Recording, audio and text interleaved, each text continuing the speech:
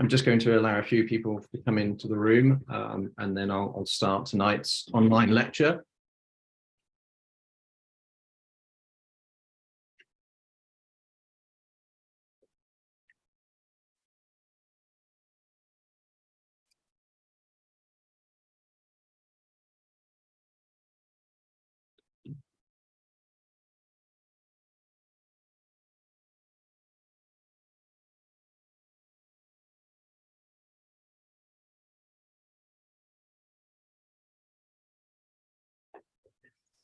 Okay, I'm going to begin.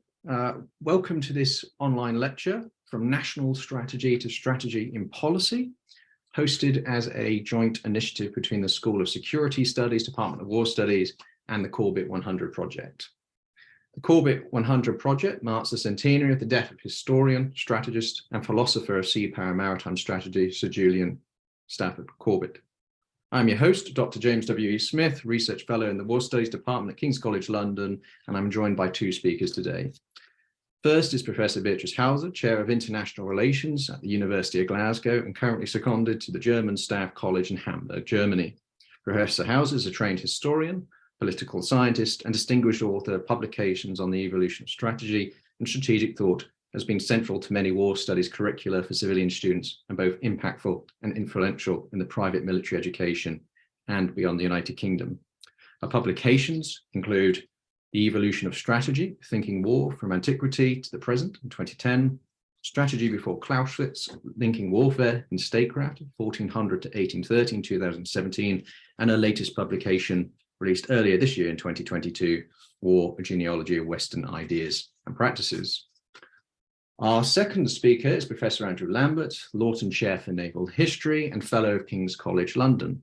An active member of teaching and research staff at King's, Professor Lambert's career has led him to become the eminent naval historian of our times. His work focuses on the naval and strategic history of the British Empire between the Napoleonic Wars through to the First World War and the early development of naval historical writing. His recent publications include The British Way of War, Julian Corbett and the Battle for a National Strategy, 2021, and Sea Power States, which won the 2018 Gilder Lehrman Book Prize in Military History. Before handing over to our speakers, I wanted to provide a very brief abstract or context to today's webinar. The serious study of strategy making, and how it can inform policy making has been no easy task, nor one that lends itself to a hasty process, whether it's in the 21st century or the classical period. The study of strategy has taken on many forms and guises over the centuries, such as the art of war, through to the analysis of national ways of war, and the many facets of strategy, national power and influence, and so on that I could mention. But in short, there's been effort led by historians directed to study and clearly understand the impact, role, and influence of war within society and between nations or otherwise. Over recent centuries, there have been sustained and objective engagement with a sophisticated and contemporary professional methodologies to achieve insight from studying the past in an effort to provide a basis for current and future strategy. Many serious strategists understood that experience and applied history must guide strategic theory, as after all, experience is all we have to work with.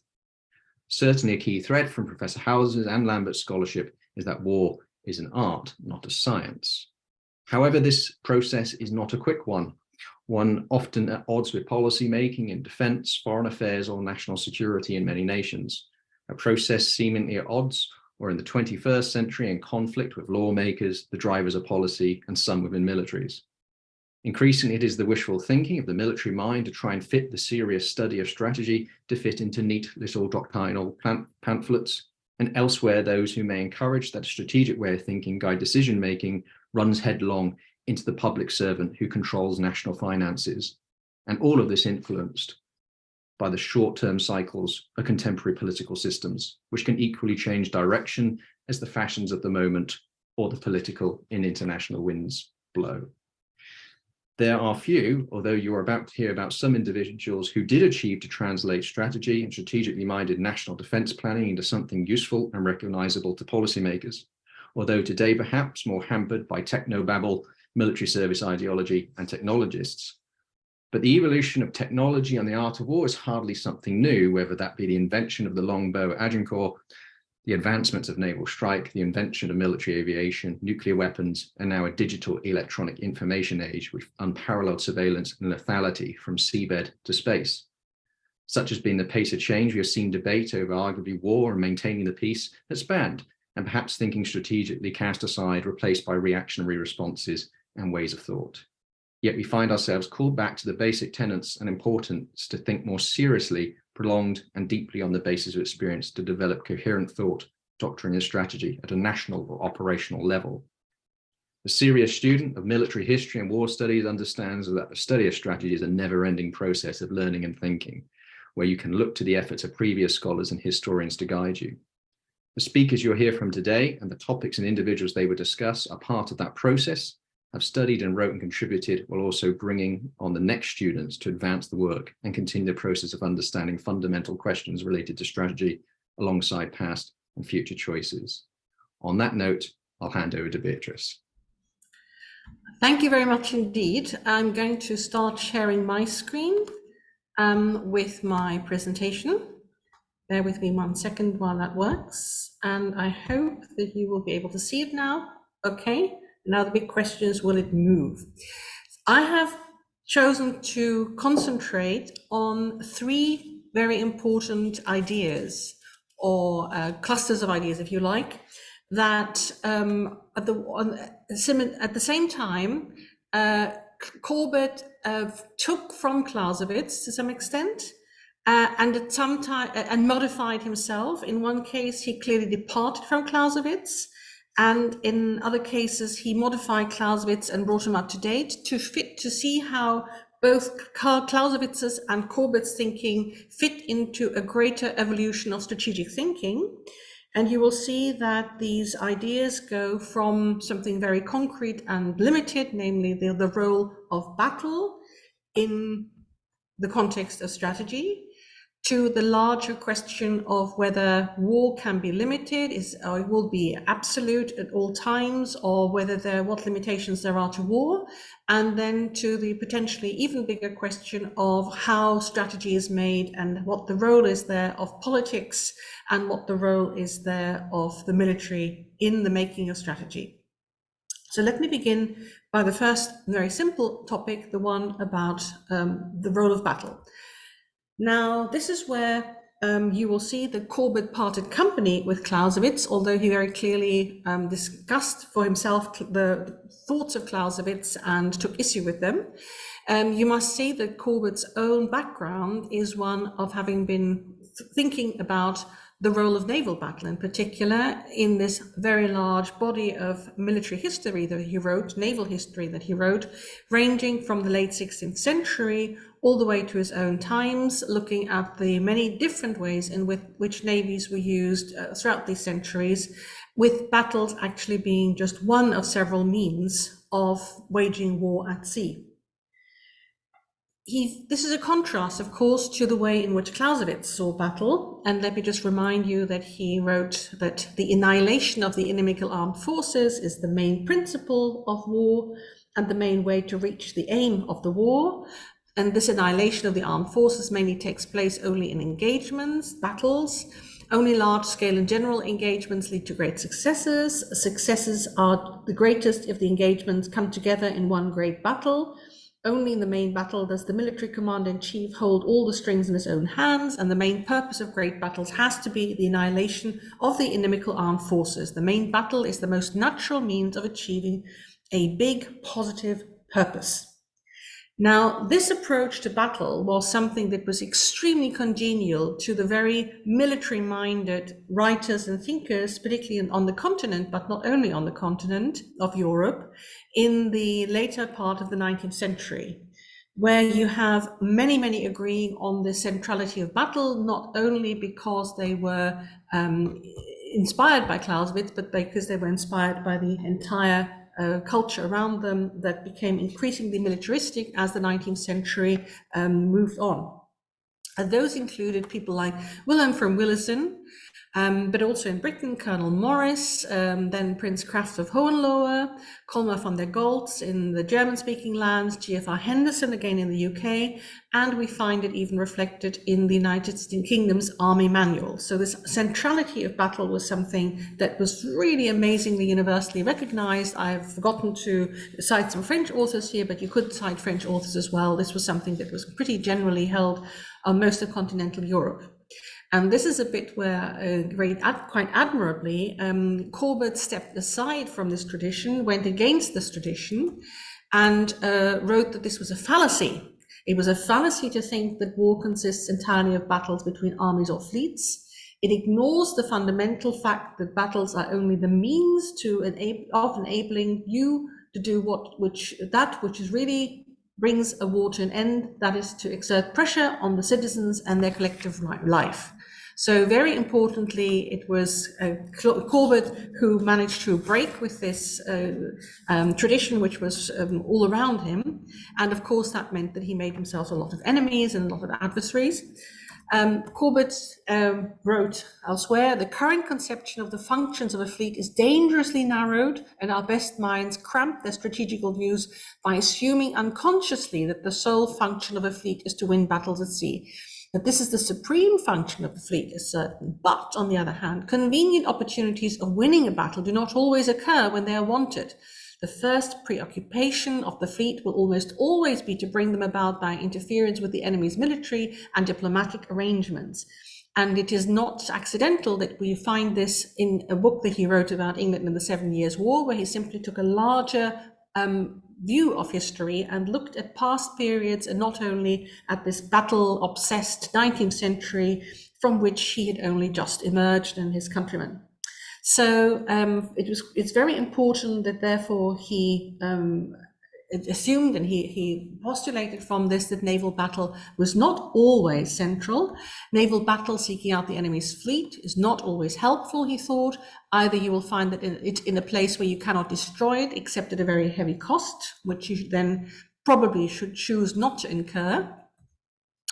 Instead, he articulated in the Green Pamphlet, in his original version of 1906, that the primary object of the fleet is to secure communications, and if the enemy's fleet is in a position to render them unsafe, it must be put out of action. The enemy's fleet usually is in this position, but not always. And seeking out the enemy's fleet is only one way of doing this, and not always the best. Perhaps it's even 9 times out of 10 the best, but still, he was very concerned that one shouldn't make this a one-size-fits-all rule that applied always. Here we can see that this big departure that Corbett incorporated would be a step towards something which almost 100 years later, or at the end of the 20th century, would be articulated in a complete revision of this Clausewitzian approach and of the approach that had led to the Second World War and the way in which it was fought, for which I'll just give you one little example to show the development of this in the writings of John Warden, now an air power specialist, not a naval specialist, but nevertheless I thought that this passage was particularly significant and particularly exemplary of the change of thinking, particularly after the end of the Cold War, where John Warden, as this air power specialist, wrote, "The purpose of war is not to defeat the enemy's armed forces." I mean, this is now more extreme still than Corbett, a lot more extreme. "Paradoxically, it may not even be to win the war itself. The only reasonable purpose of war ought to be to win the peace which follows, and all planning and operations should be directly connected with the final objective." Then he added that everybody was paying lip service to this idea, but in policy, military, and academic circles, we easily get lost in a Clausewitzian world. In fact, people he thought were still dominated by this Clausewitzian idea, in which the defeat of the enemy military forces becomes an end in itself, rather than merely one of a number of possible means to a higher end. Let me just explain that by the end of the 20th century, we had well and truly returned to a way of thinking that prevailed in Europe before Clausewitz wrote, where it was clear to everybody that the most important thing about war was the peace that follows, and that this peace that follows should be just and lasting, which is, I suppose, what John Warden talks about when he said to win the peace that follows, and that it took a very long time after the writing of Clausewitz for people to return to this particular approach, when they had for a long time been obsessed with the idea of military victory, something that came in with Napoleon and with Clausewitz and Jomini writing about Napoleon, because both Clausewitz and Jomini failed to write about really the subjugation or the lower importance of military victory compared with the superior aim of getting a lasting peace, which everybody before Clausewitz had always recognized. So in a strange way, with this John Warden quote, you come full circle to a situation, a position that people had before Clausewitz wrote, and Corbett's was a very important step in this direction, with Corbett himself opening himself up to an awful lot of criticism, of course, precisely for taking this position, for taking this step in a way forward and backwards to another way of thinking, which put peace, a lasting and just peace, at the pinnacle of war aims rather than the military victory. So that was the first point I wanted to discuss with you briefly. Let me go on to the second one, which is these distinctions between absolute war, limited war, and something that inspired Corbett, which was a very small throwaway phrase of Clausewitz's, where he said there might sort of be a third sort, which was war limited by contingent. Clausewitz, on the whole, really just concentrated on these two ideas of absolute war on the one hand, war meaning war unlimited by, i.e. absolved from, any political constraints or friction as well, but particularly political constraints, which was the case for the Napoleonic Wars, which kept going further and further, where Napoleon did not try to limit himself in his ambitions. The characteristics of these wars would be then to have mass armies involved, with the population very largely mobilized, as largely as you could do in a pre-industrial age. And with the aim of overthrowing other governments, a regime change as we would now call it, or at least turning them into vassals to France, and to turn large parts of Europe into a Bonaparte dynastic possession. So these were the pretty unlimited aims under Napoleon in particular, but we would sum them up by mass armies, aim of overthrowing other governments, subjecting very large numbers of other countries to the rule of the one big expansionist power with those unlimited aims. And that, all that in the context of course, very large battles, annihilation battles. Clausewitz contrasted this with the possibility of limited wars, wars that were limited by political constraints, where the respect for the adversary or wars between equals that respected each other equally meant that you didn't want to overthrow the other regime, that you didn't have this completely unlimited aim, but only quarreled really about a province or a limited territory that in some way you wanted to seize or might even just take in order to be able to negotiate at peace conferences and to exchange such conquests for other benefits in peace negotiations if necessary. Now, Clausewitz was still assuming that you could make such territorial gains in war and trade them in peace negotiations. There's a passage here that I share with you from Clausewitz's On War, where he says war was only a stronger form of diplomacy under the Ancien regime before Napoleon came, a more vigorous way of negotiating in which battles and sieges were the main démarche. Even the most ambitious only aimed to acquire a limited advantage they could use in peace negotiations. So here, this idea that at the time of the Ancien regime, before the rise of Napoleon and with him the rise of nationalism, such limited wars were possible, and such limited territorial exchanges, such limited territorial conquests, and then trading them again was possible. But in fact, this was quite transformed even in Clausewitz's lifetime by the arrival of Napoleon, because henceforth, this revolutionary drive of Napoleon was fused with nationalism, meaning that in fact, even a conquest of a small piece of territory could put up the backs of a nationalist entity, a nationalist people, and make them extremely angry and make them quite determined that they would go to war over and over again to secure these territories. And this, in a way, came to a pinnacle in Bismarck's wars, what in this very blurred photograph, which didn't look anywhere near as blurred when I put it on my PowerPoint slide, I apologize for this, shows you the statue of the city of Strasbourg in Paris on the Concorde. And Strasbourg is, of course, in Alsace. when in the Bismarckian Wars, France was forced in the Treaty of Frankfurt not only to pay horrendous reparations to the victorious Prussian and then German Empire, but also forced to cede that small amount of territory that would have been quite exemplary of what Clausewitz said.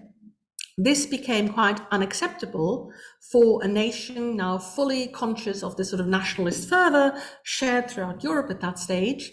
And this statue in the middle of Paris was veiled, was shrouded in black tissue for people to see at all times, so that you could always, as the saying was, always think about it, even if you didn't talk about it. So the idea that you wanted to reconquer, free this territory, this small piece of territory that had been seized by the German Empire, was something that was a driving force, an actual diplomatic aim, and even became a war aim in the First World War. Incidentally, it is not without interest that you can see something similar in Moscow. In Moscow, of course, like London and Paris, you have several railway stations, all pointing in the directions of the different areas of the old Russian Empire, Soviet Empire, with which these railways then could link up Moscow. And there, if you look at there is the Ukrainian railway station. And in a similar way, this Ukrainian railway station has, of course, even since the end of the 1990s, been there as a constant reminder of the loss of Ukraine. And I'm sure it's also been one contributing factor to this perception of Russians in Moscow, the Muscovites, that Ukraine really should be part of Russia and that it is somehow wrong to have lobbed off this essential part of the Russian anatomy. To describe this new feeling that came in the 19th century, this idea of nationalism, just a little excerpt from somebody who still coexisted and lived at the same time as Courbet, the Prussian author Colmar von der Goltz, who wrote that the growth of national motives of jealousy and national enmity entails a corresponding display of force. Where such forces set the great machinery of war into motion, wars can only end with the entire annihilation of one party or the complete exhaustion of both. The growing national sentiment and the political realization of the principles of nationality have increased to a marvelous extent the powers of resistance of states. So here, just the formulation, the explanation of how you could no longer think of it in terms of a limited war for the thinkers of that time. And he added, the day of the cabinet wars is over. The cabinet wars as described by Clausewitz, the wars in which you could simply seize a small piece of territory and then bargain over it.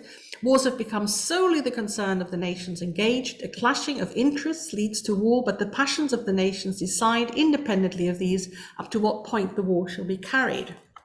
War now as before aids polity in the attainment of its objects, yet if only for the sake of subordinate interests, it must aim at the complete subjection of the enemy.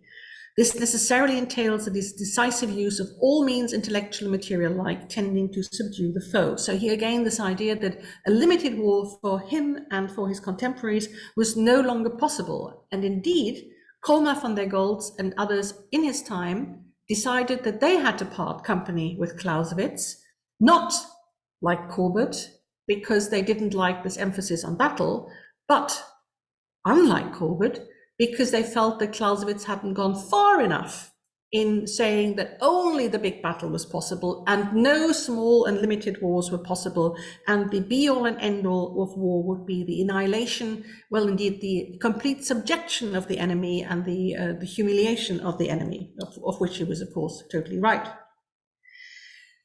Courbet did indeed recognize that one had moved away from the possibility of having a limited war in Europe. So talking about Europe, he said, if then we only regard war between contiguous continental, i.e. European states, in which the object is the conquest of territory on either of their frontiers, we get no real generic difference between limited and unlimited war, because these wars would escalate. The European powers would escalate them, they would go further, they would no longer be able to see these as limited wars.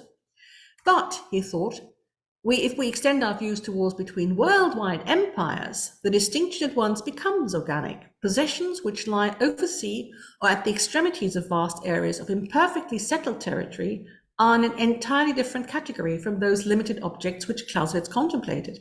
History shows that they can never have the political importance of objects which are organically part of the European system, and it shows further that they can be isolated by naval action sufficiently to set up the conditions for true limited war. So for Courbet, limited war did indeed continue to exist.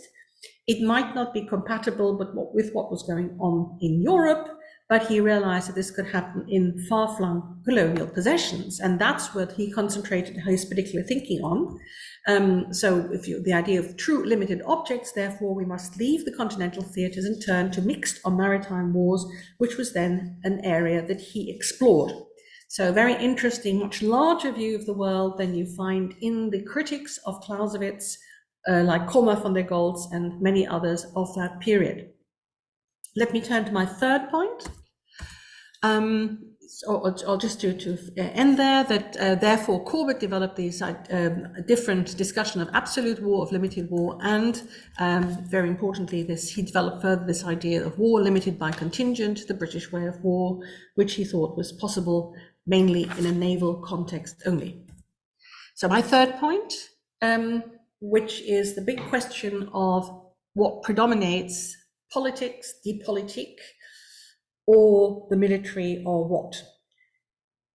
For this particular point, I need to take you back a long time before Clausewitz, because I think it is unfair to keep saying that this was a Clausewitzian discovery. It really went back 100 years before Clausewitz, and he cribbed it from other people, even though he slightly changed the emphasis in it.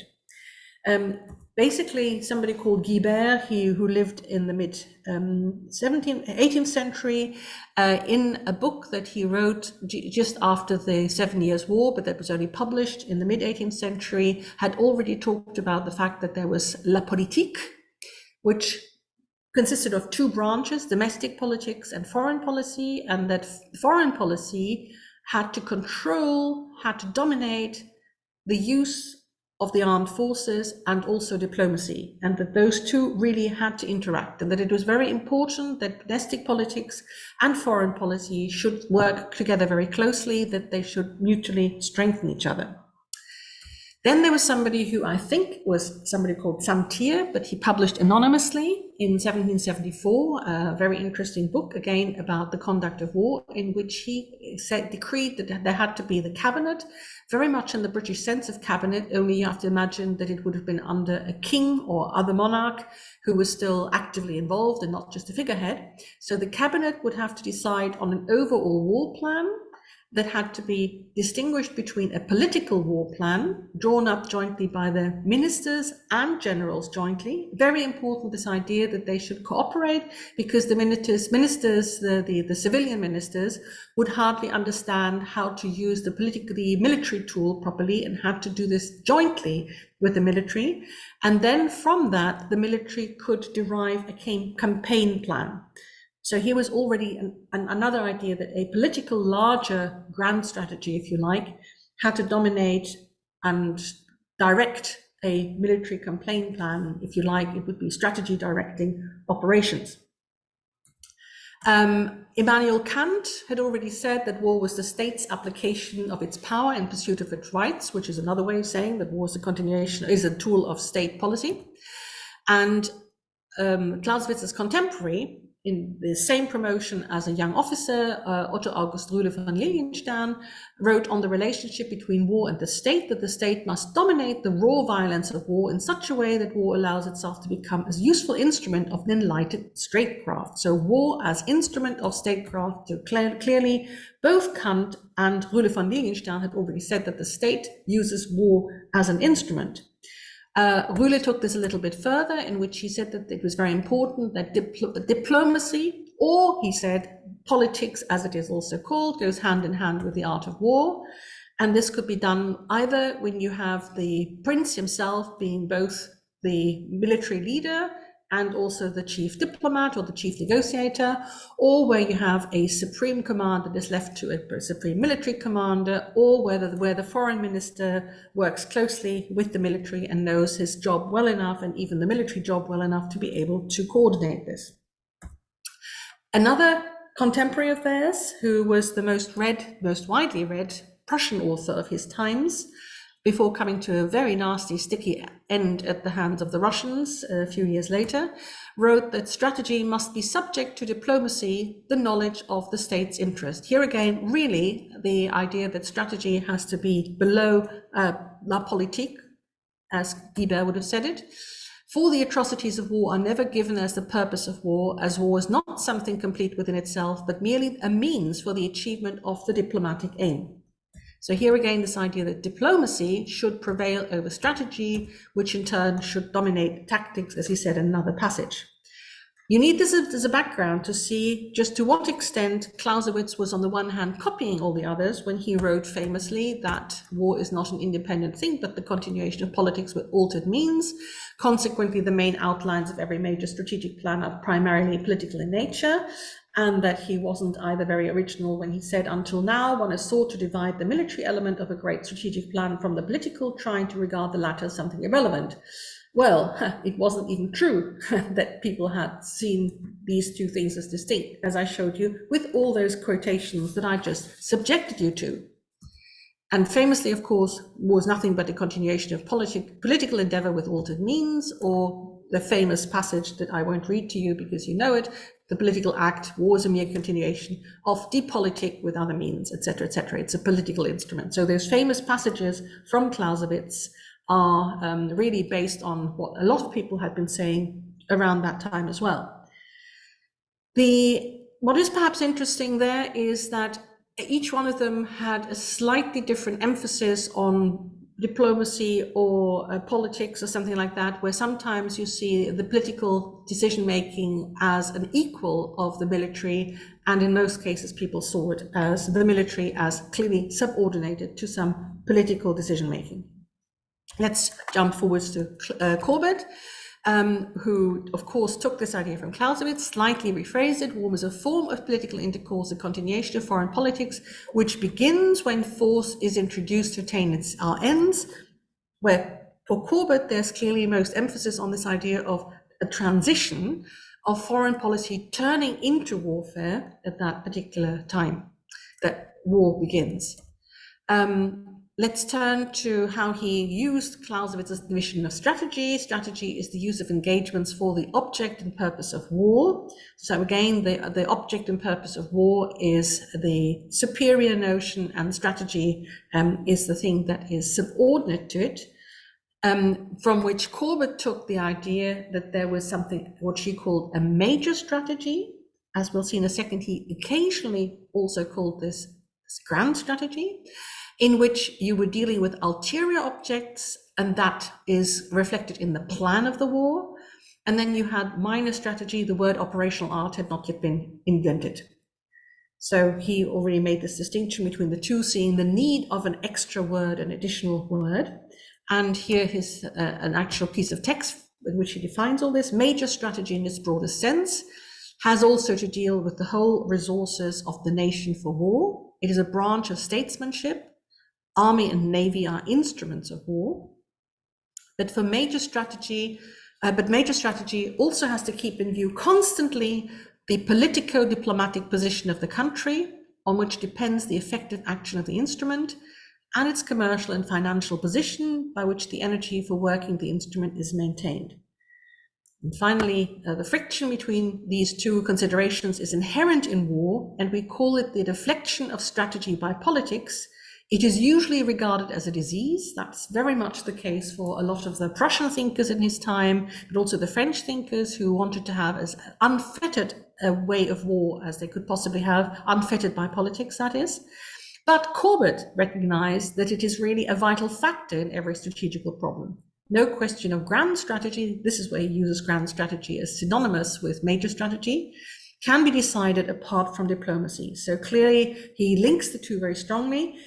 But I would put it to you that he was not quite sure how to define this hierarchy. The text is sort of slightly ambiguous, so you could say that it's either major strategy that is at the top, with a politico-diplomatic position and commercial and financial position, etc., of the countries subjected to it, or else it's not quite clear whether he sees major strategy as something that is on par with the political diplomatic position and influenced on par by commercial and financial positions of the country.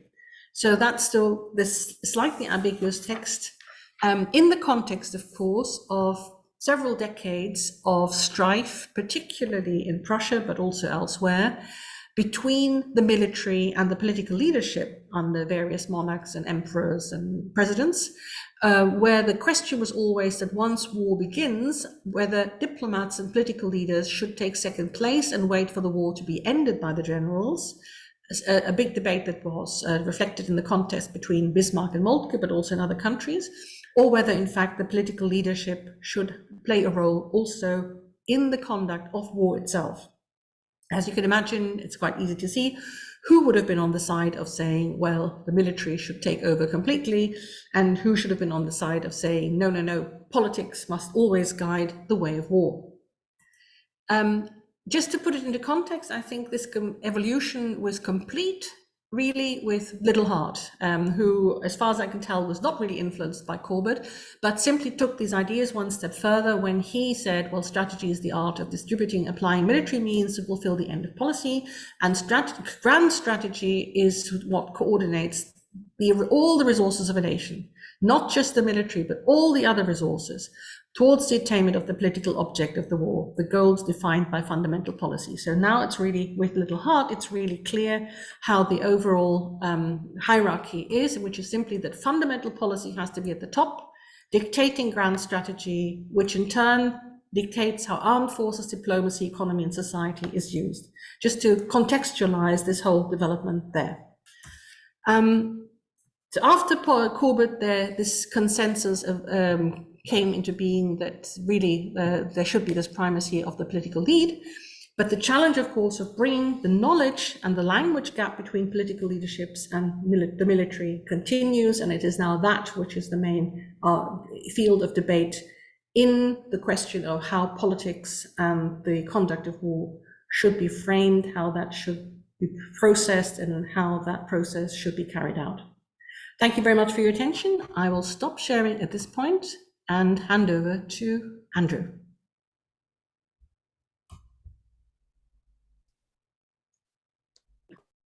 Excellent.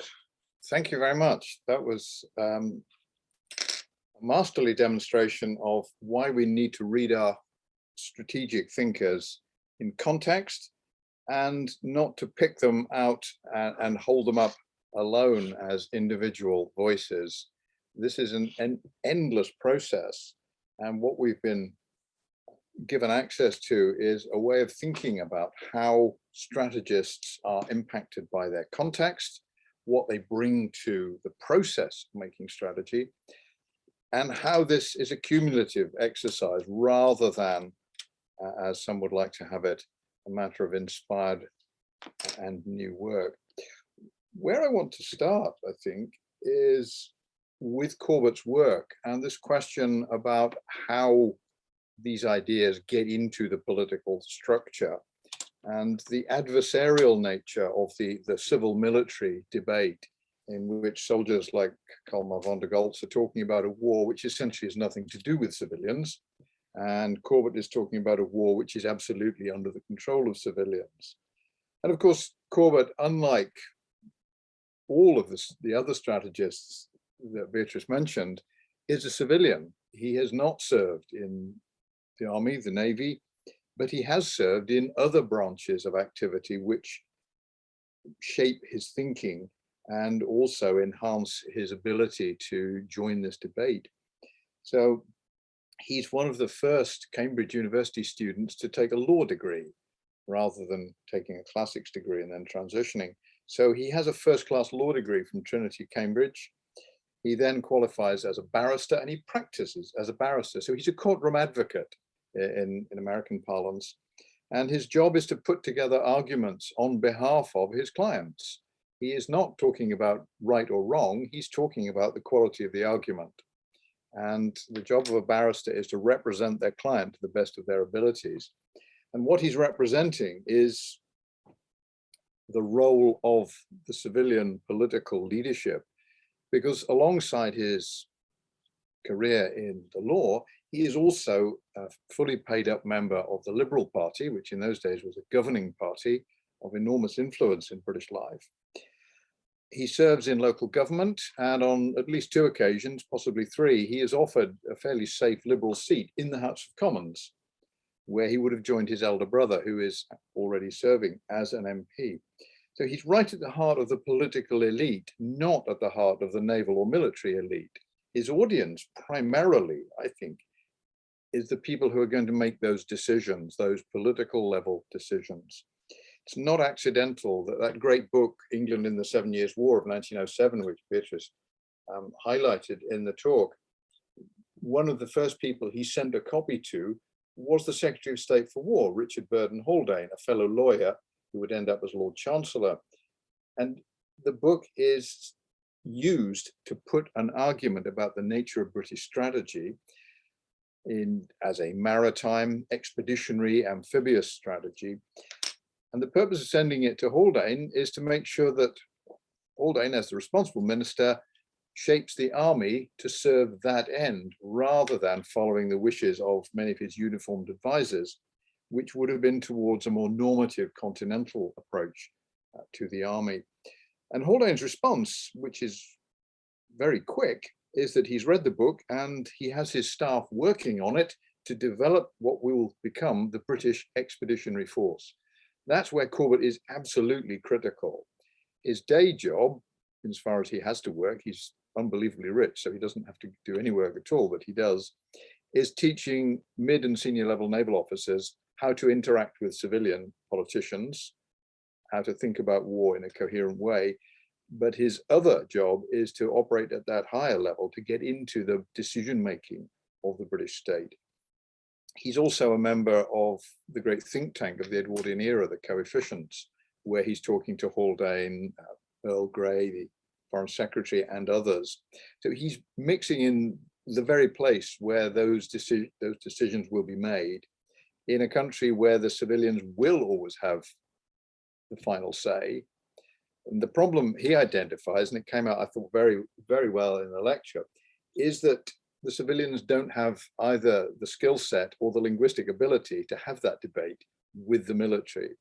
What's happened since Clausewitz's day, since Napoleon's day, is that military professionalism has created its own rhetoric.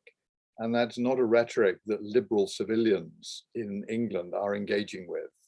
They may be in other countries, but when we get to the outbreak of the First World War, the Liberal cabinet literally has no idea how soldiers think, and they have no real idea what strategy should be. They have abdicated that responsibility through a very long period of peace. And Corbett's attempt to make sure they had the language and the intellectual equipment to have that debate ultimately fails.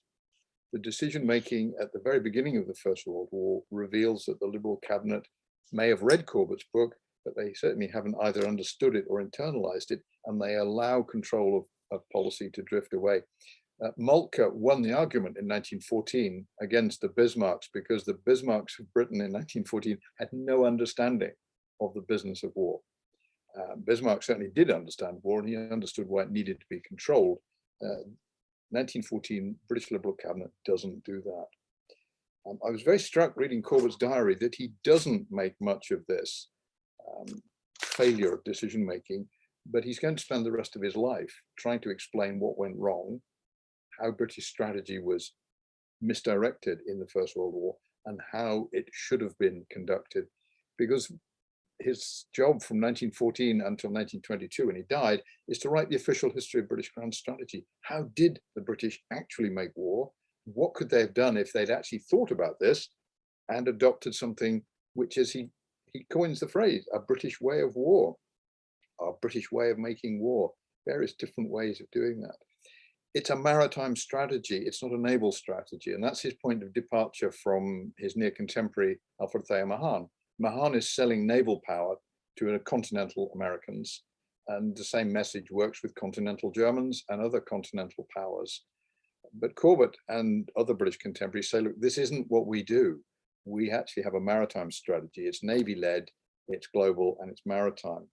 And so Corbett's key text, Some Principles of Maritime Strategy, appears in the same year as Mahan's naval strategy. They're talking about different things because Mahan is doing one job and Corbett is explaining to the British how they've always done business. Mahan is explaining to the Americans how they might want to do business going forward. And a big driver for Corbett, going back to those followers of Clausewitz, who then took the message further, understanding what von der Goltz is saying is very important for Corbett, because Goltz's work is appearing in English in London, it's being translated and published by the same publishers who are producing the textbooks that are used at the Army Staff College and on the Naval War Course. So this literature, which is very much geared towards a particular audience in Imperial Germany, is becoming normative in British intellectual circles because it's been translated. It's no longer a German text, it's an English text. And the English are reading it without that filter of understanding where it's coming from. And I think a lot of the mistakes that the army makes in the pre-First World War period are about thinking that there is a standardized approach to strategy and that von der Goltz is the guardian of that. It's very interesting that when Corbett reads Clausewitz, he ends up talking about him with Captain, later Admiral Sir Edmund Slade, who is a Germanist and a serious student of Clausewitz. And the two men end up reading Rudolf von Kammerer's version of Clausewitz, which is much more amenable to the point that Kammerer makes, which Corbett picks up on. Clausewitz is all about development. This is a text from which you can develop ideas. It's not a closed cycle. Von der Goltz says it's like this, and that's it. Clausewitz says it's like this, but, and we can go forward.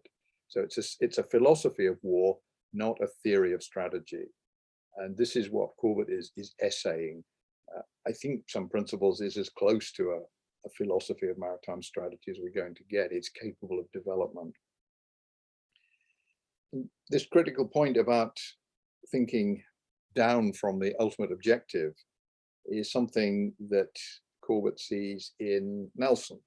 We're familiar with Nelson winning great tactical battles, but ultimately Nelson is thinking strategically. He's thinking grand strategically because his objective is to bring the war to a conclusion as quickly as possible. And his tactics are invariably adjusted to suit the strategic objective. He fights each battle according to the strategic and political logic of the circumstance. So his tactics are in many ways merely a vehicle to the strategic end. When he attacks the Danes at Copenhagen, he uses mission control tactics to make sure that the battle can be stopped as quickly as possible. As soon as he thinks that he can call the battle off, he wants to defeat the Danes without doing any great damage. At Trafalgar, he adjusts his tactics to a completely crazy bow-on approach because he has no time. There's a storm coming. He has to win this battle quickly or the war will go on much longer. So that ability is the province, I think, of some of the higher intellects that have been applied to strategy. And it's rare to think about Nelson as a strategist. Most people think of him as a tactician, but I see that his tactics are very much driven from the top downwards. Ultimately, this is about creating something that works in each context. And so strategy is constantly evolving as nations evolve, as their objectives evolve. And the legacy that Clausewitz and Corbett leave us, I think, is this philosophical approach that we have to think our way through this from the top all the way down to the bottom. And we should always be aware that we're not going to fight the wars that they were thinking about. You can't take the Battle of Jena out of Clausewitz's writing. And there are things in Corbett's life that you can't take out of his writing. He's a liberal imperialist. He believes in the empire evolving into something else. He sees a commonwealth. He calls it a sea commonwealth as a future. He sees maritime power as the protecting agency that will enable Britain's formal empire to become something different, something that is moving into the 20th century. Because not only is he a civilian, but he is a progressive liberal civilian rather than a social conservative wearing a uniform. And that shapes the way he thinks strategically, shapes the way that he argues. His legal training gives him equipment. And the other thing that we haven't mentioned, of course, before he wrote about history or strategy, he wrote some quite interesting Victorian novels. So his ability to express himself, to capture and play with ideas. These are novels of ideas. They're about really interesting facets in history. The first one of them is about the conversion of the Scandinavians to Christianity in the Viking era, something which clearly fascinated him as he traveled extensively in Norway. So Corbett's imagination is important, and I think that's a quality that Clausewitz shares with him, the ability to think through these things beyond the original.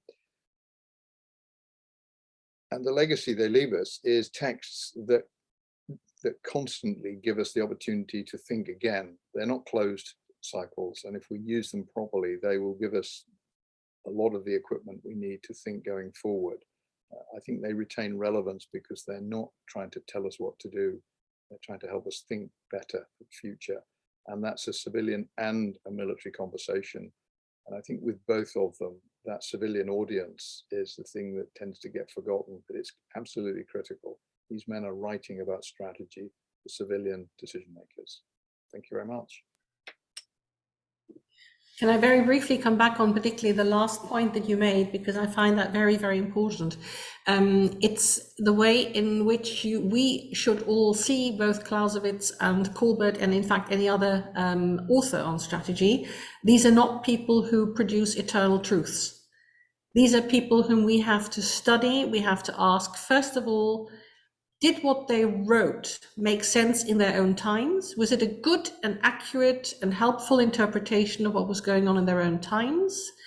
Was it potentially of more timeless quality? Which part of it was potentially of that quality? And it is for us to make that judgment, which is why I always go slightly green in the face when people use their texts, particularly Clausewitz, as though this was the gospel. This was something that had set down eternal rules, which you can now apply to African politics or cyberspace or whatever it is. The question is always to say, does it make sense? Does it help us understand? Is it a way of ushering us into a new subject area? Does it help us unravel that? Does it help us come to grips with it? If not, let it fall immediately, drop it. If it is helpful, pursue it, but don't see it as something that is a straitjacket from which you can't move left or right and that you can't get out of. Think of it as a helpful tool rather than something that will be gospel and that will set the bounds of what you can think or interpret. And if I can just follow that one up, one of the great things that both of them do is give you a window into the intellectual world of the periods in which they're operating. They're both giving you access to things that lesser writers can't give you. They're talking through the debates of the age. Clausewitz is talking about the options that Prussia has going forward post-Napoleon. Corbett is talking about Edwardian England in a period of tremendous transition. There are lots of things happening. He's writing during the Second Anglo-Boer War. He's heavily involved in the question of home rule in Ireland, the evolution of empire. So these men are operating in a very dynamic political epoch, both of them. And that gives their work, I think, a quality, because they're well aware that the world that they're writing in today is not going to last very long.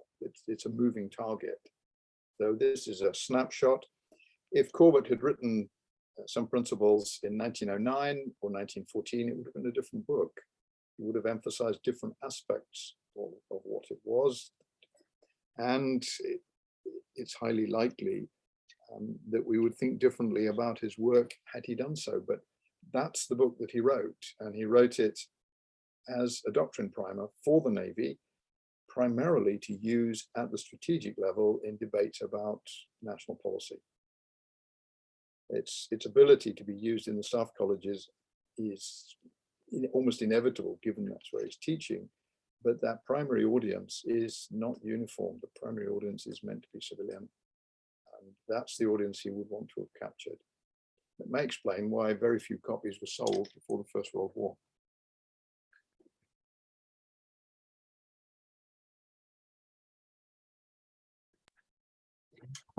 Thank you, Beatrice and Andrew. We've got a little time remaining, so if I could ask the audience to put any questions in the Q&A function, which should be at the bottom of their screen. And while they're doing that, I'm going to abuse my position as host a little bit and ask a question to allow you time to do that. I was thinking beyond our theoretical and historical discussion today, and we're looking out into the world of the 21st century. Some would say an exceptionally complex, divided, competitive world environment with interweaved issues, energy security, finance, health, logistics, tension within and outside nations. What would be your key takeaways on thoughts for those who are perhaps trying to advise on a more intellectual basis or a strategy to policymakers and decision makers? What trends, signs, importance from Corbett's and Clausewitz's experience can they harness to address these challenges? Shall I start and point you towards that wonderful passage that I read to you from Corbett, where he talked about this interrelationship of some sorts, whether it was in a hierarchical way or whether it was on an equal basis, between anything to do with the use of the military, but also the politico-diplomatic position, as he called it, and commercial and financial positions of the country.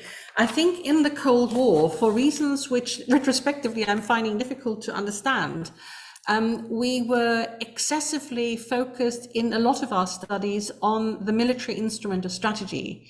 What we're currently seeing in particular, and what we have been seeing for the past few years, is just how very important those other big tools of strategy are, the economic tool of strategy, and the domination of things like, and that's something that you couldn't have had in the Cold War, the cyber sphere or the propaganda war. You did have propaganda wars going on and contests going on, but the way in which information is now becoming a tool of strategy just shows us how very, and finance, how very important finances and debts and the way in which you're trying to freeze somebody's assets in order to move them to certain things.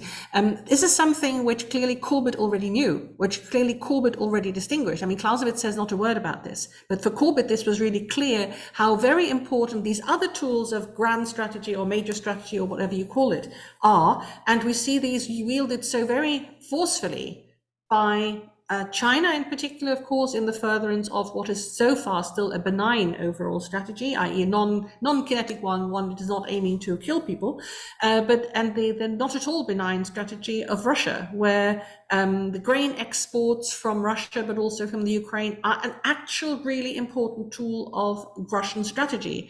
The gas and oil exports, of course, are the one that you always think of as this huge, big tool of strategy. How these other instruments also weigh in side by side with the military, and how we can't any longer think of strategy in the way in which even, I plead guilty. We thought for most of the Cold War, we were concentrated excessively on how the contest might be fought out in military sense, how deterrence worked militarily, etc. I think that's absolutely right. And Corbett's great advantage is that he quite literally lives on the proceeds of international high finance. In the back of his diaries are dividend slips from a range of international companies. That's where his money is invested. His brother is a city financier. He's also a member of parliament. So he's engaged with this on a day-to-day basis. This is the real world that he lives in. This is where his livelihood comes from. It's the money that enables him to do this job, which he wouldn't have been able to do under other circumstances. He's acutely aware of the way the world works because he's traveled around quite a lot of it. He's been around North America. He's been all the way through to India and around India. He's seen the French Empire in Algeria. He spent a lot of time in Europe. So he's well traveled. He has a very clear sense of a wider global world.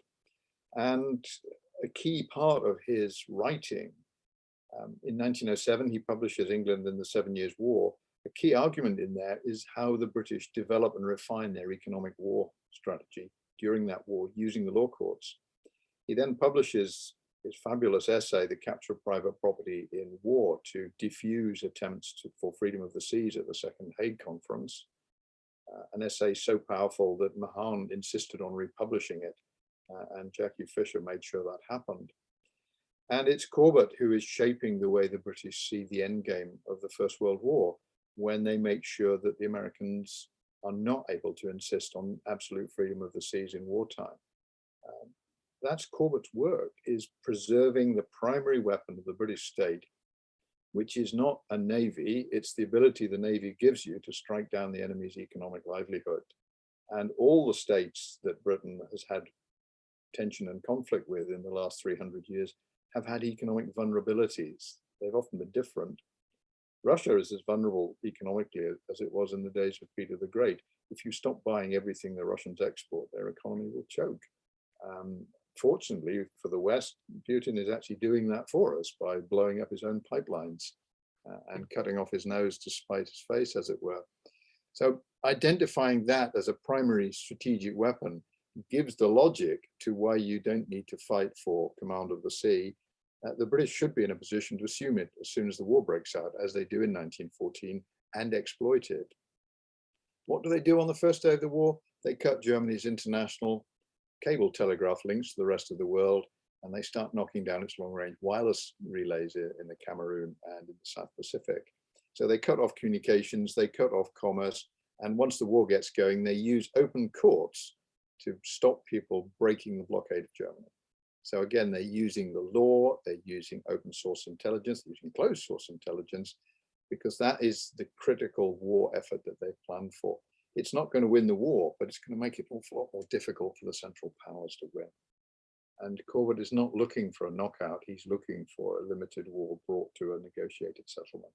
So that weapon is very strong in the limited context. It's less strong in the total context. But Britain is not a total war state. It's ended up waging them. But Corbett is saying, if there is a British way of war, it's limited, it's maritime, it's economic. And that really brings all of the things that he knows together. And it links him up closely with the man who shaped a lot of his thinking, Jackie Fisher. And both of them absolutely hated the idea of war.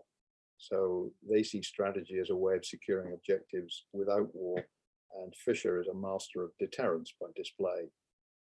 That's Fisher's approach to war. He doesn't want to fight anybody. He wants to deter them and make them give in anyway. So if you can win wars without fighting, that's even more clever than winning them with fighting. Okay, we've got some questions here, so I'm going to read the first one. Given the reservations you both express about adherence to classical strategists as a mantra, Clausewitz more oft quoted than read, to what extent does the study of classical strategists inhibit rather than assist in framing modern strategy? Read a question by somebody who's the namesake of the great hero of tonight, Andy Corbett, I see. I think it's very simple that if you apply a particular method to looking at these texts, they can be not inhibitions, but they can be stimulants for more thought. And I think it's this idea of looking at them, first of all, to say, do they still make sense? Did they make sense at the time? Do they still make sense today? Rather than saying, we have to see the world through that particular lens, looking at them critically from the outside, questioning whether they make sense now. And if they do, if they strike a chord with you and you think that this actually is a key to understanding your present situation, run with it. If they don't make sense, dismiss them and say, they're obviously not appropriate, at least for this particular context that I'm thinking of. And then they can be stimulants for further thought rather than a straitjacket that stops you from seeing a situation in another way. That would be my answer. Yeah, and I would echo that and say, understand them in their own time. These are men of particular periods in time, of particular places, and they would not have written the book that they produced, but for circumstances, experience, different experience. But if you take the men out of the books aren't going to be very good at all. These are men explaining things which are complex and difficult to deal with, but they are real world events. So this is real strategic thinking, but it's real strategic thinking in the 1820s or the 1900s, and accept that it will be limited. Somebody once said to me, oh, Corbett's terrible. He doesn't say much about submarine warfare. Well, before 1914, nobody had done submarine warfare, so there was nothing to talk about. You can't blame him for not writing the book that you wish he'd written, because he has been dead since 1922. And 100 years have seen a bit of change. And the same with Clausewitz. You know, these are texts of the time. We don't read Shakespeare for wisdom about the 21st century. We read it for wisdom about human nature, which is universal, and we should do the same with them. We should think about what they can do for us and make sure we don't ask them to do things that they're not capable of producing. They don't have access to the things that we are now dealing with. That's our job. We have to grow up and say, these are great contributors to the debate, but it's our job to interpret them in the 21st century. And that would be exactly what they would expect of us. Thank you. Next question. Julia asks, strategy has been successfully applied to the corporate and business sector, which only agrees with Dr. Hauser's points that I fully agree with as well. Do you think that the use of strategy in the civil world has undermined in any means strategy? Yeah, I'd like to take a slightly different take on this particular question, because on the one hand, it is perfectly clear that as everything is now strategy, as many of my colleagues have already commented, it seems to be a very hollow term, and it is used absolutely for absolutely everything, and therefore doesn't make very much sense any longer unless you define that this is about the policies of a state, the overall policies of a state in a particular conflictual situation, and the application of its many tools in a particular conflictual approach. But there's one thing that I do find that military strategy, or the use of all these different, the coordination of all these different means of a state in a conflictual situation, of which military force is a very, very important one, if not the most important one, and business strategy have something in common. And I'll just abuse of your question to make this particular point, and that is that both need to coordinate very many conflicting considerations and bring together and coordinate the interests that many different groups have in the particular decision making that you're involved in. So particularly if you're in a democracy rather than in autocracy, then the decision making involved in whether you're going to lock down your country for COVID, or whether you're going to, which tools you're going to apply in order to try to contain Russian neo-imperialist expansionism, is going to be quite similar in some ways. It's going to be all about trying to persuade a lot of people to come on board, taking into account their diverging interests in the matter, trying to massage those, trying to find compromises, trying to bring everything together. And I think this process is quite similar whether you're the prime minister leading a cabinet in a conflict situation, in a war, or whether you're trying to manage a national health system in the COVID crisis, something like that. So there are similarities there, and I think that also probably applies to business when you have lots of different, when you're doing it at a level where you have lots of conflicting interests and lots of parties with different and divergent interests that you somehow have to bring together in a leadership role. Oh, excellent. Andrew, do you want to add anything to that? No, I'm content with that. The next question, I think it's for Andrew, but I think Beatrice could probably weigh in this as well. Could you expand on the process through which Corbett elaborates his concept of grand or major strategy? Do you happen to remember what year he coined this term? And were other naval scholars writing about this beforehand and similar concepts before the publication of some principles? As often the case, strategic thought is not original, is not exactly original, as pointed out Professor Hauser. I'm happy to let you go first. No? Okay. What Corbett is doing, and I think this is critical when we look at the evolution of his thinking, he's not rushing into the strategic level. He's not rushing into writing some principles. Some principles is a slightly early but a well-merited summation. What Corbett understands, and Clausewitz as well, the key to comprehension is a detailed analysis of real events.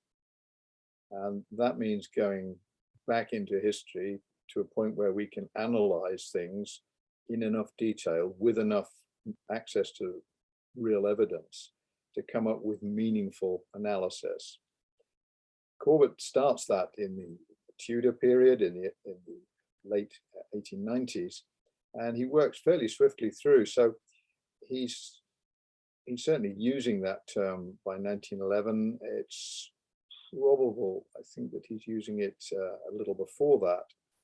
So what Corbett is doing is working from the Tudor period through to the 20th century, writing a series of strategic analyses of major conflicts.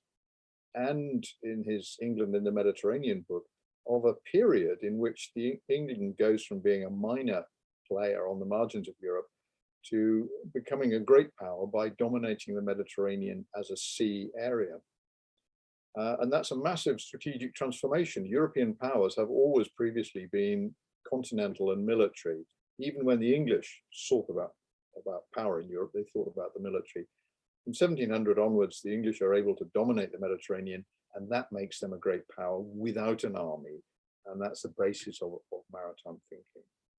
So Corbett is, I think, quite distinctive from the other writers on naval maritime strategy of this period, because they tend to be writing synthetic treatments in which the past is merely an excuse to hang some ideas together.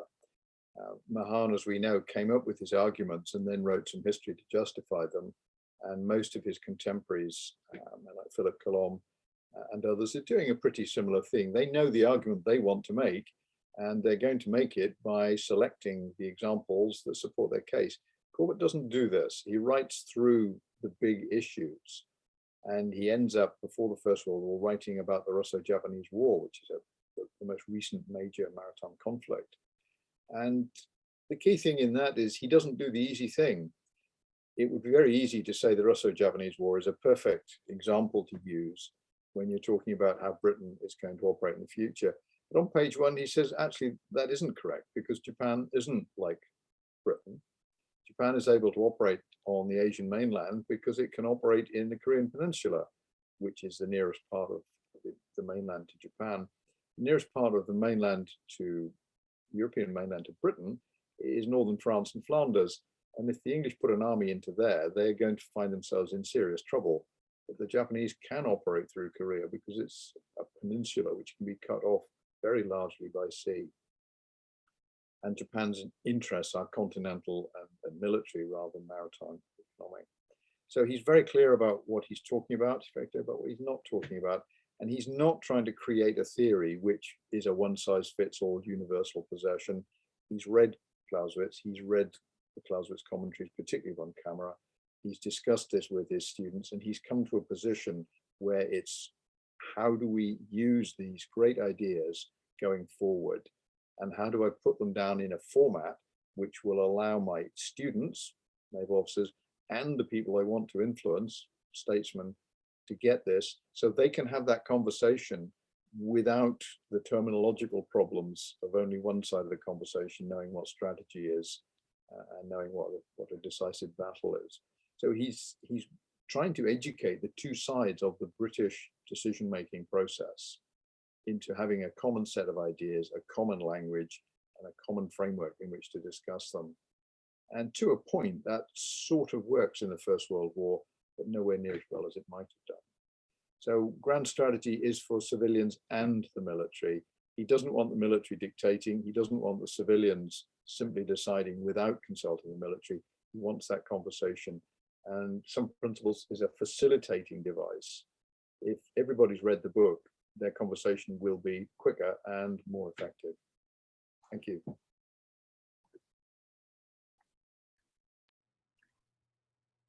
Beatrice, do you want to add anything? I think the next question very much leads into how continents versus islands view strategy and the sea, and who is a sea power and who is not. And the question is, Corbett looked at strategy through a maritime lens, Clausewitz through that of a continental power, Mahan possibly through a fledgling nations lens. Can we learn anything from China and their approach to the use of strategy? Does it differ? Here, by contrast, I am willing to weigh in, but I'm not a China expert. So I will point you to a rival series of podcasts, which I have been working on with my colleague Paul O'Neill at the Royal United Services Institution, which you can find under RUSI Talking Strategy, where we have 3 episodes on 3 different shots of Chinese development, 3 very different strategies. And despite the fact that the last of these has taken off, so the 2 of them have taken up a lot of the ideas of the first. And those are, of course, the Sun Tzu and Mao himself, and then Liu Huaqing. I can point to 2 of them already online. Liu Huaqing is episode 5 of our first series of Talking Strategies. This is the amazing Chinese admiral who turned around Chinese strategy after 3,000 years of concentrating on China's land borders in the West, and suddenly turning to the Navy side and turning to the sea in the 1990s, a strategy we're still living with today. Mao, who took up a lot of Sun Tzu ideas, whose ideas, however, were also strongly influenced by European thinking, not least Clausewitz, but of course Marxist-Leninism, and Sun Tzu himself. That is the first episode of series 2, which has just gone online last week. So I point you to the real experts whom we interview in Talking Strategy. Look it up on the RUSI and you'll have 2 episodes there already online, a 3rd coming. The thing that strikes me about the current fixation with China is that, predictably enough, the United States Navy is very keen that the Chinese People's Liberation Army Navy should be a peer competitor and should be seen as a justification for sustained or even expanded naval capability. PLAN is not a peer competitor for the United States Navy. That is not what it's doing.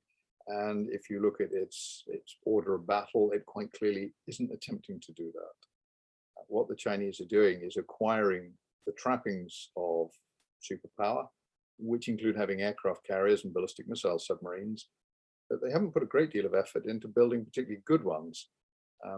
These are very useful symbols of status and power, but their military capabilities are significantly lower than one would expect of an economy of that size. And when the Chinese use force at sea to secure their objectives, it's striking how low down the violence spectrum they operate. Fishing fleets and local maritime militias are the primary instruments of Chinese expansion at sea, because they're very difficult to counter with high-end naval force. So the Chinese are very carefully using a form of pressure at sea, which is the least likely to generate the high-end, technologically advanced response that the United States Navy might anticipate using. So I think we have to watch how China develops, but we have to make sure that we don't allow the Americans to tell us what the Chinese are about, because I don't think from their public pronouncements they're as clear on this as they need to be. China is a very large, powerful state, and it has very clear agendas about its near abroad. But as I said to somebody the other day, the Chinese are not planning to refight the Battle of Midway. They're not planning to surge into the Central Pacific and challenge American domination of the region there. They want to be protected in their regional area, and they see the sea as a vector for threats, and they want to be able to close that down. That's classic continental power approach to maritime threat. If you want to know how the Russians think about maritime strategy, you have to go to Kronstadt. They built the world's biggest naval fortress to protect St. Petersburg. That's how states like Russia and China see the sea. It's a threat. It's a vector for risk, and blocking it off and closing it down is very attractive. But acquiring it and using it is not necessary. Their power will come in other areas.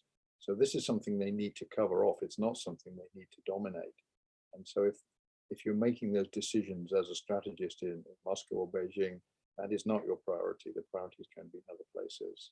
So we have to be careful not to allow the rhetoric of Chinese expansion to perhaps exaggerate the reality. The reality is not quite what the list makes it sound as. These are status symbols, and the Navy is a status symbol.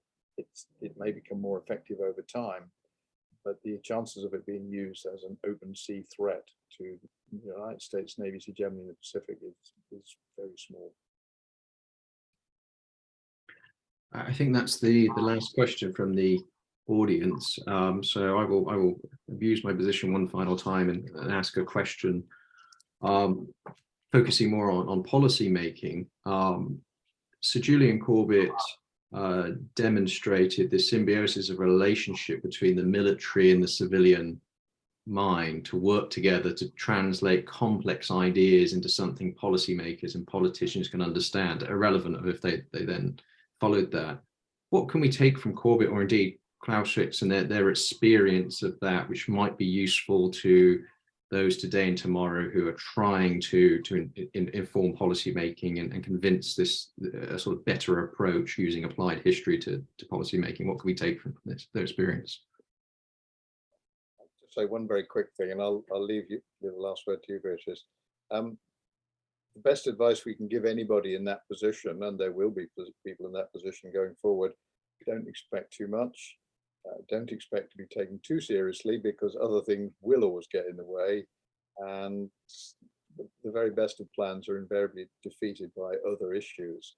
So do your best, make sure that the arguments are clear, make sure that the people involved have heard them, but don't expect that you are going to win that argument, because there is always another 100 important things to factor in which are outside the strategic domain. And putting the economics and the finances in, this is what we're looking at in 2022. Does the economic, financial, and social problems caused by a spike in global gas prices impact your strategic decision-making about the Ukraine crisis? That's not a strategic decision, ultimately, that's a political call in a Western liberal democracy. Might not be in Russia, but it certainly is here. So that's where the politicians have to come in. If they take strategic advice on their options as well, that's good, but ultimately it's a political decision. A point from me is slightly different, Kat, because I think what I can say is complementing what Andrew Lambert just said, rather than replacing it or in any way. It's to find a common language. And clearly, the very clear writing of Corbett was extremely helpful to people in his own time, had they only read the Green Pamphlet, read his other work. But today, I think one of the greatest problems is the two different languages that are spoken, that of the politicians, that of the military. They are completely different languages a lot of the time, particularly with all the acronyms, particularly with all the expressions, the many, many, many words that are used for small war, which go from low intensity conflict to operations other than war, etc., etc. There's many, many terms that are constantly being reinvented. It's constantly labeling similar things with different labels because you've found something new. And this hell of the acronyms that you have to wade your way through when you're working in any military context, rather than having a clear language. And this is actually why it is very important to have academics who can write very clearly, who have one foot in each of those camps, and who can articulate in a way that allows politicians and the general public to understand what the issues are, but can also be understood by the military. So from that point of view, let me just quote my late colleague, Colin Gray, who talked about strategy being the bridge between the two. There has to be that writing that brings the two together, that makes it possible for both sides to communicate with each other. And just having the same vocabulary that Corbett, as we just learned earlier, furnished is so crucially important. Thank you. I think that's a very good point to end on, right clearly and coherently. And if there's any King students attending, that's a good final message to send to them. But I'm very grateful to our speakers today, two exceptional lecturers and lecturers. I'm particularly grateful to Beatrice for accepting the invite from us at King's to present. And I can, of course, advise our audience to explore Beatrice and Andrew's work further in their latest publications. So thank you for attending, and the School of Security Studies aims to have this on our YouTube channel in the future. Thank you. Thank you for having us. Thank you. Pleasure. Splendid. Great. Thank you very much, Andy. I thought that went really, really well. Thank you for